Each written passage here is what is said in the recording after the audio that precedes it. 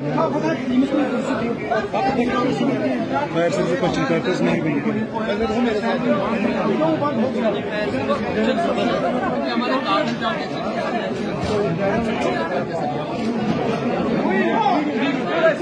Sir हमारे साथ 5 minute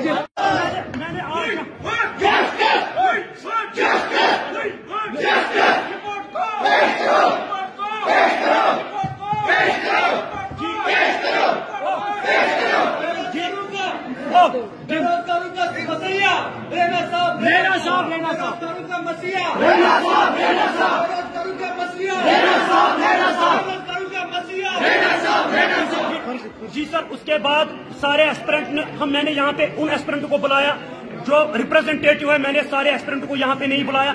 हम आपके साथ 2 बातें रखना चाहते हैं। आप होम मिनिस्टर साहब से बात कीजिए और एलजी साहब से बात कीजिए, या ये लिस्ट को स्क्रैप कर दो। हमारे एग्जाम देने के लिए बिल्कुल तैयार है। या जिन लड़कों ने कोर्ट किया है उनको 700 एस्पिरेंट ने कोर्ट किया, उनको कंपनसेशन मिलना चाहिए। और उसके बाद 20-30 लड़के जो ऑन ग्राउंड हमारे साथ लड़ रहे हैं उनको इंसाफ मिलना चाहिए, या उनको एग्जाम देने के लिए तैयार है। अगर सर उनको बाहर नहीं निकाल सकते, हमें कंपनसेशन मिलना चाहिए। आज आप थ्रू मीडिया बताओ हम कितना वेट और कर सकते हैं। अगर कमेटी को 1 महीना दिया गया, देखिए सर मैं आपको ये कहना चाहता हूँ, भारतीय जनता पार्टी से मैं ये कहना चाहता हूँ, रविंदर रैना साहब ये दिल का बहुत अच्छा आदमी है, हम उसको रेस्पेक्ट करते हैं, तभी तो हम यहाँ से आए हैं। हम उनको नहीं जानते लेकिन रविंदर रैना साहब को जानती है। रविंदर रैना पूरा विश्वास इस पे, ये गरीबों का मसला है, ये जो फायर सर्विस का कमांड है या इंसाफ को रविंदर रैना के हाथ में है। ये पूरी यूटी को हाथ में, पूरी यूटी को ये उसको नचाएगा। और मैं ये कहना चाहता हूँ उसको, नहीं सर मैं यही कहना चाहता हूँ, हम डिप्रेशन में कुछ भी कह सकते हैं, मेहरबानी कीजिए हाथ जोड़ के हम सारे एस्पिरेंट साहब से कह रहे हैं कि हमारे साथ इंसाफ होना चाहिए। आने वाले दिनों में इंसाफ होना चाहिए, आने वाले दिनों में सर जो कि फायर सर्विस स्कीम है। सर मैं आपको थोड़ी जानकारी देना चाहता हूँ। रविंदर रैना साहब मेरी बात सुनिए सर 5 मिनट के लिए। सर ये स्कीम जो है ये 2013 से शुरू हुआ है सर। 2018 में फिर से हमने एग्जाम दिया, हमने फिजिकल क्वालिफाई किया। फिजिकल क्वालिफाई करना कोई मामूली बात नहीं है सर। हमने 4 किलोमीटर ग्राउंड वहाँ पे तय करके रिटर्न एक बार फिर दिया। तरीके से याद रखिए पूरी जिंदगी सर हमारा एग्जाम हुआ, जब लिस्ट नंबर राउंड में लाया गया सर, खाली स्कैम नहीं, कत्ल आम किया गया सर दिन के उजाले में। और आखिरकार जब उन लड़कों को ज्वाइन करवाया गया और हमने प्रोटेस्ट किया सर, 2 साल हमारा प्रोटेस्ट चला।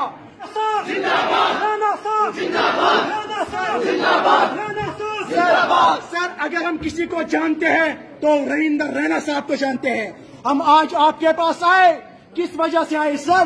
क्योंकि हमें आप पे भरोसा है। तो मैं यहाँ पे आपके सामने बात कहना चाहता हूँ सर, या तो इस लिस्ट को स्क्रैप करो या हम रैना साहब चलो चुप हो जाओ। चुप करो।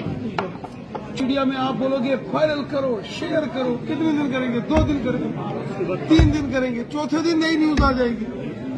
चौथे दिन ओ चौधरी साहब के हाल 18 का मान लें, ठीक है थारी और चाचो के हाल है। इस साइड चलो मेरी बीवी है क्या हाल है? पहले अपना हाल सुना के ठीक है थारी। अच्छा देखो भाई पंडित जी, फायर एंड इमरजेंसी सर्विसेज हो, जितने भी फायर एंड इमरजेंसी सर्विसेज के मेरे साथी दोस्त नौजवान यहाँ आए हैं, अनंतनाग के हैं, कुलगाम के हैं या बारामूला के हैं, श्रीनगर के हैं,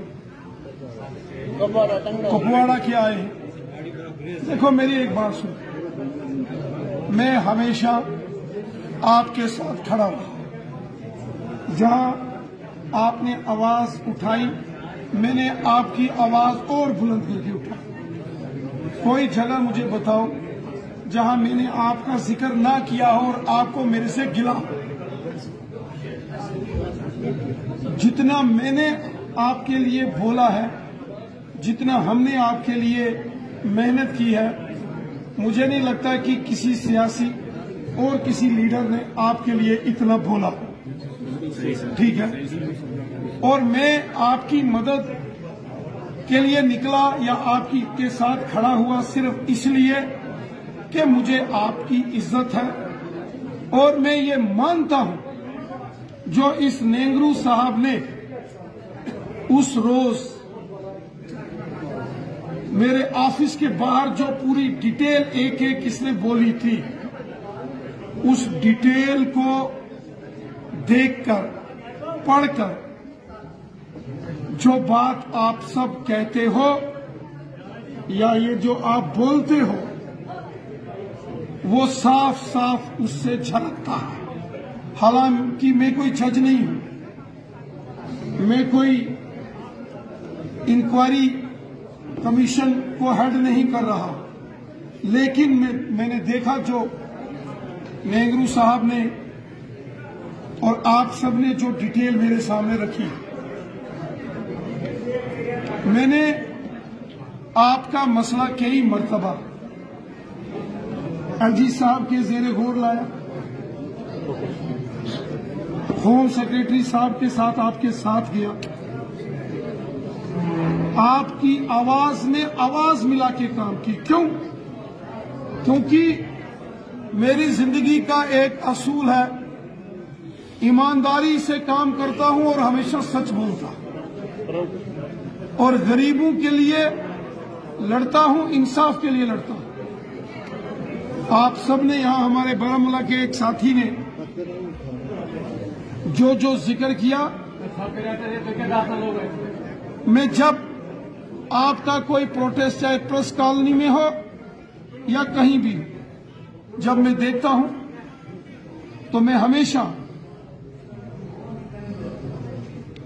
एडमिनिस्ट्रेशन में एलजी साहब को, होम सेक्रेटरी साहब को बोलता हूं, जनाब या तो इनको मुतमीन करो या इनसे मुतमीन हो जाओ, या तो आपको कन्विंस करें या आपसे कन्विंस हो जाए।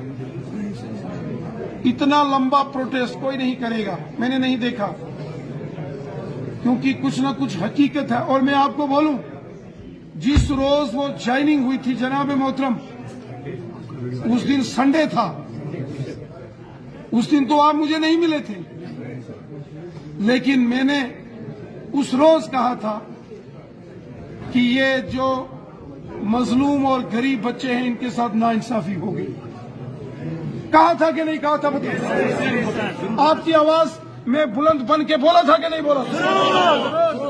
मैंने हमेशा गरीबों की आवाज बुलंद की, ईमानदारी से और सच्चाई से काम करता हूं। अभी आपने बोला, मैंने होम सेक्रेटरी साहब से बात की, उन्होंने इसमें कुछ पेशकदमी की है, आपको भी खबर आई है, मुझे भी खबर है। कल 4 बजे आपका 5 मेंबरी एक डेलीगेशन आपकी सदारत में उनको मिलेगा सेक्रेटरीट में। वो 5 बंदे कौन होंगे उसकी मुझे डिटेल यहाँ भेजो। बात करने के बाद क्या बोला मुझे बता देना, मैं बताऊंगा। और मैं आपके साथ